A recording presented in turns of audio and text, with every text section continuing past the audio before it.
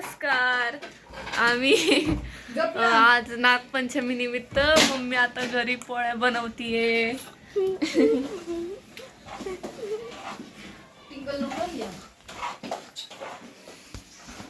हे बघू शकता.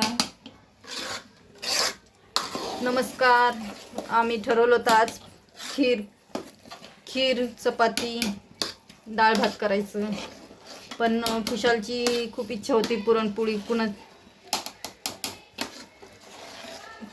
पुरणपोळी खायची, म्हणून बघा आज तशी पुरण शिजवलंय.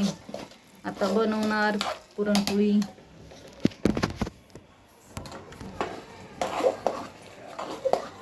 आज आवडलंच नाही.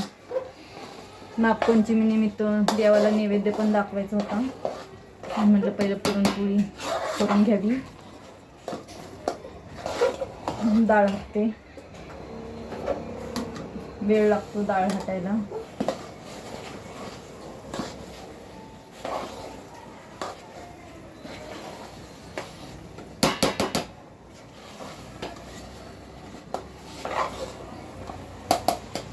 मुलींना आवरा म्हणलं तर मुली आवरत नाही.